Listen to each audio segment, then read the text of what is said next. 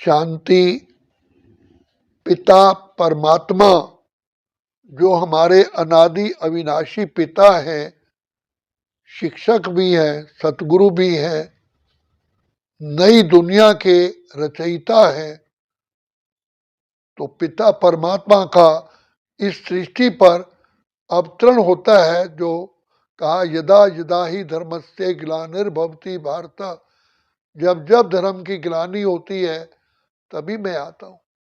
तो अति धर्म ग्लानि, अति भ्रष्टाचार, अति पापाचार, अति दुराचार कलयुग के अंत में होता है, जब मनुष्य अपनी मानवता को भूल करके टोटली दानव बन जाता है। कलयुग के बाद सतयुग आना ही है, सृष्टि वर्ल्ड ड्रामा के अनुसार, सृष्टि चक्र के अनुसार।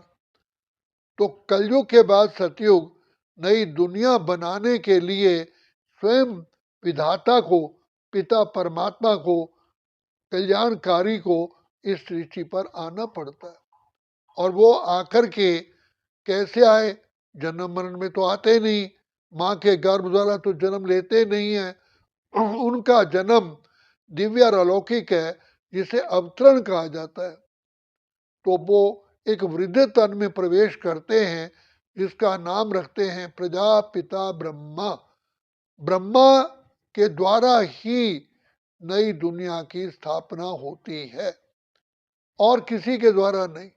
तो ब्रह्मा द्वारा हम बच्चों को शिव बाबा उनका रथ का आधार लेकर के हमें अपना बच्चा बनाते हैं, तो हम कहलाते हैं ब्राह्मण। तो ब्राह्मणों का को परमात्मा पिता ब्रह्मा जी के द्वारा सारा ज्ञान देते हैं। अनादि काल में आत्मा शांत स्वरूप, प्रेम स्वरूप, सुख स्वरूप, शक्ति स्वरूप, पवित्र थे।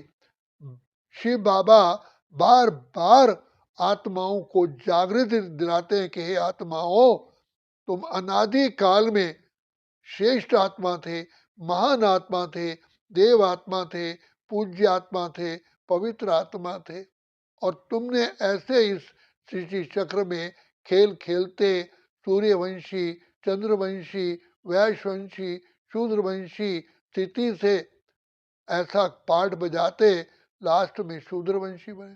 तो मैं आकर के तुमको पिता श्री ब्रह्मा के द्वारा शूद्र से ब्राह्मण बनाता हूँ। तो वर्तमान समय तुम ब्राह्मण कुलभूषण, सुदर्शन चक्रधारी, त्रिनेत्री, त्रिकालदर्शी, मास्टर सर्वशक्तिमान हो। तो पिता परमात्मा पिता श्री ब्रह्मा के द्वारा और ब्राह्मणों के द्वारा नई दुनिया का कार्य करते हैं। जैसे दिखाया गया है कि गोवर्धन पर्वत को उठाने के लिए श्री कृष्ण का दिखाया कि उन्होंने गोपियों की उंगली लगवाई। तो इसी प्रकार पिता परमात्मा हम ब्राह्मणों के द्वारा ये नई सृष्टि का कार्य कराते हैं। पहले आकर के दानव को मानव, मानव को देव बनाने के लिए इस ईश्वरीय विश्वविद्यालय की स्थापना करते हैं, जिसे यज्ञ भी कहते हैं और जिसे पाठशाला भी कहते हैं। तो जैसे यज्ञ में आहुति डालते हैं और आहुति डाल करके वातावरण पवित्र हो जाता है, तो यज्ञ ब्राह्मणों के द्वारा ही रचा जाता है। तो पिता परमात्मा भी हम सब ब्राह्मणों को पहले ब्राह्मणों के द्वारा ही इस महान यज्ञ में काम, क्रोध, लोभ, मोह, अहंकार, ईर्षा, द्वेष, विमनस्य, पर चिंतन, पर दर्शन, इन सब बुराइयों की, विकारों की आहुति डलवाते हैं। और कहा भी जाता है देह दान तो छूटे ग्रहण। तो सबसे पहले ब्राह्मण बनने से ही ये सारे विकारों की आहुति शिव बाबा हमारे द्वारा डलवाते हैं। तो हम कहलाते हैं सच्चे सच्चे ब्राह्मण। तो ब्राह्मण ईश्वरीय संतान है, ब्राह्मण त्रिनेत्री है, ब्राह्मण त्रिकालदर्शी है, ब्राह्मण नई सृष्टि के रचयिता के साथ सहयोगी हैं। तो बाप कहते हैं तुम ब्राह्मणों के द्वारा ही मैं नई सृष्टि का उद्धार कराता हूं, तो तुम उद्धार मूर्त हो और सृष्टि के आत्माएं जो विकारों में डूब रही हैं उनको तुम पार निकालते हो। तुम बाप के साथ आधार मूर्त भी हो, उद्धार मूर्त भी हो। तो शिव बाबा आकर के हमको ज्ञान की, शक्तियों की, गुणों की वरदान दे करके हमें लाइट हाउस, माइट हाउस बनाते हैं। तो जैसे अंधकार में जितने भी जहाज होते हैं उनको मार्गदर्शन करने के लिए रात्रि में लाइट हाउस कार्य करता है। तो इस बेहद की घोर रात्रि, अज्ञानता रूपी रात्रि, अंधकार में सब आत्माओं का उद्धार करने के लिए पिता परमात्मा हमें निमित्त बना करके लाइट हाउस, माइट हाउस बना करके सर्व का कल्याण करते। तो आत्माएं विकारों में डूब रही हैं, जिनका आत्मा का दिया बुझ चुका है, तो पिता परमात्मा ब्राह्मणों के द्वारा ही आत्माओं का दिया जलाते हैं। इसलिए हरिद्वार में गंगा के घाट पर जब जाते हैं तो एक दोना लेकर के उसमें दिया जला करके उस गंगा जल में प्रवाहित करते हैं, और जहाँ तक दिया जलता जाता है तो खुशी होती है कि मुझ आत्मा का ये विशेष सागर से पार होना कितना सहज है। तो बाप आकर के विशेष सागर से क्षीर सागर में ले जाने के लिए सबसे पहले आत्मा रूपी दिए को जला करके उसको रोशन करके तब ये विशेष सागर पार कराते। ये उसी का यादगार है। तो शिव बाबा कहते हैं कि ब्राह्मण ही वास्तव में श्रेष्ठ है, ब्राह्मण ही तीनों लोकों के, तीनों कालों के ज्ञाता है, और ब्राह्मण ही त्रिकालदर्शी है, और ब्राह्मण ही यज्ञ के को पूरा करते हैं। यज्ञ भी ब्राह्मणों के द्वारा ही रचा जाता है। तो शिव बाबा वर्तमान समय हम आत्माओं को शूद्र से ब्राह्मण बना करके श्रेष्ठ से श्रेष्ठ बनाते हैं। तो बाबा कहते हैं बच्चे, ब्राह्मण इतना ऊंच कार्य करते हैं कि द्वापर युग से ब्राह्मणों का ही पूजन भी होता है और गायन भी होता है। और ये द्वापर युग से जो ब्राह्मण हैं वो भी कहते हैं ब्राह्मण देवी देवता है नमः। देवताओं को नमस्ते तो करते ही हैं, लेकिन ब्राह्मणों को भी करते हैं। तो वो खुद ब्राह्मण होते हुए कौन से ब्राह्मणों को नमः करते हैं? तो जो ब्राह्मण प्रजापिता ब्रह्मा की प्रैक्टिकल में संतान बन करके नई सृष्टि के कार्य को, मनुष्य देवता बनाने के कार्य को में सहयोगी बनते हैं, वो वास्तव में ब्राह्मण पूजनीय है। उनका गायन योग्य, इसलिए कहते हैं ब्राह्मण देवी देवता है नमः। तो ब्राह्मण ईश्वरीय संतान है। ब्राह्मण सारे विश्व का बेड़ा पार करने के निमित्त है। तो ब्राह्मण आत्माएं जिये दाता होती हैं, इसलिए ब्राह्मणों को का महत्व होता है।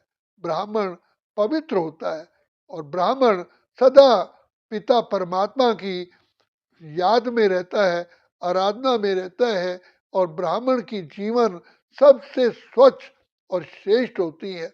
इसलिए ब्राह्मण योगी भी होता है, ज्ञानी भी होता है, तपस्वी भी होता है, त्याग मूर्त भी होता है।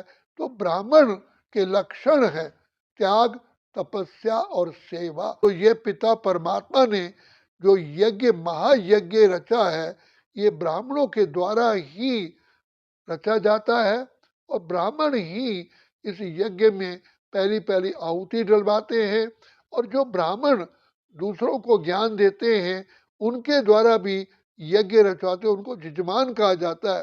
तो जिजमान के का बेड़ा पार करने के लिए, उस आत्मा का उद्धार करने के लिए भी ब्राह्मण ही निमित्त है, और ब्राह्मण ही तीनों लोकों का सैर करवाते हैं, ब्राह्मण ही तीर्थ यात्रा करवाते हैं।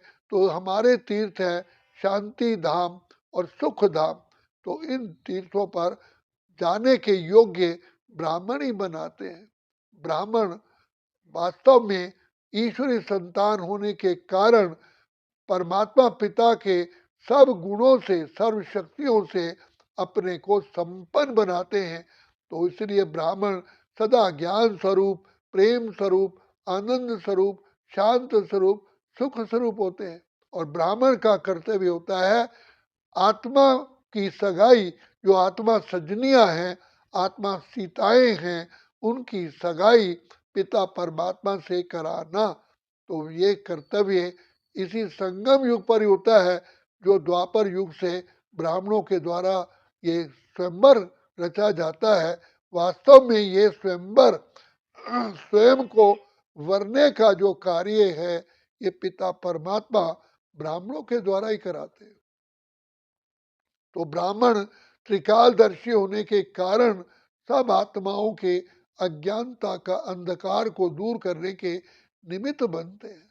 तो ब्राह्मण ही श्रेष्ठ है। तो पिता परमात्मा ने सृष्टि को रचने से पहले जो श्रेष्ठ रचना रची वो ब्राह्मण ही थे। तो ब्राह्मणों के द्वारा ये पवित्र श्रेष्ठ कार्य होता है और हो रहा है।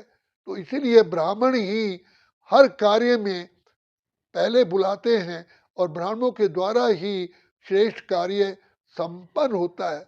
आज भी कोई भी कार्य होता है तो ब्राह्मणों को ही के द्वारा ही कराया जाता है। तो ब्राह्मण आकर के जहाँ ब्राह्मण नहीं होते तो वहाँ पर ये कार्य होना ही असंभव है। तो इसलिए श्री बाबा कहते हैं तुम कितने ऊंच आत्माएं हो, कितनी श्रेष्ठ आत्माएं हो, कितनी महान आत्माएं हो। तो तुम आत्माओं का पूजन द्वापर युग से चला आता है और पिता परमात्मा भी ब्राह्मणों के द्वारा ही इस श्रेष्ठ को कार्य को संपन्न कराते हैं। तो ब्राह्मण सबसे पहले शिव बाबा की याद में रह करके अपने विकर्मा जीत, कर्म इंद्रिय जीत और प्रकृति जीत बनते हैं और माया पर युद्ध कराने के की शिक्षा देने के निमित्त बनते हैं। इसलिए ब्राह्मणों को ही कहा जाता है शिक्षा देने वाला भी और धनुर्विद्या। तो वास्तव में ये ज्ञान के ही अस्त्र शस्त्र है जो ब्राह्मणों के द्वारा ही प्राप्त होते हैं। तो ये कार्य स्वयं भगवान करते हैं। इसलिए बाप कहते हैं बच्चे तुम ब्राह्मण चोटी हो। देखो मस्तक समान है देवता, बाहु समान है क्षत्रिय, पेट समान है वैश्य और शूद्र पांव समान है शूद्र। लेकिन ब्राह्मण चोटी है क्योंकि परमात्मा की संतान है। सतयुग में देवताओं की संतान होंगे लेकिन ब्राह्मण ईश्वरी संतान है। तो ईश्वर की संतान होने का सर्व गुणों से, सर्व शक्तियों से, सर्व कलाओं से, सर्व विद्याओं से भरपूर होते हैं। तो ब्राह्मण ही वास्तव में सबसे पद्मा पदम सौभाग्यशाली है, जो पिता परमात्मा की उनको पालना मिलती है, परमात्मा के द्वारा ही शिक्षा मिलती है, परमात्मा ही सतगुरु बन करके ब्राह्मणों का उद्धार करते हैं और नई सृष्टि सतयुग का आरंभ होता है। तो ये लक्ष्मी नारायण जितने भी देवी देवताएं थे पूर्व जन्म में ब्राह्मण थे। ब्राह्मणों बन करके इन्होंने तपस्या की, ईश्वरीय वरदान लिए, तब भविष्य में जाकर के ये देवी देवता पद पाते हैं। देवी देवता बनने से पहले ब्राह्मण होते हैं। तो इस समय पर ब्राह्मणों को कितनी खुशी होनी चाहिए कि हम ईश्वरी संतान हैं।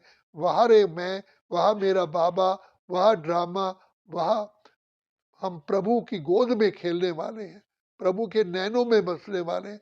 इसलिए ब्राह्मणों को नूरे रत्न कहा जाता है। अच्छा, ओम शांति, ओम शांति, ओम शांति।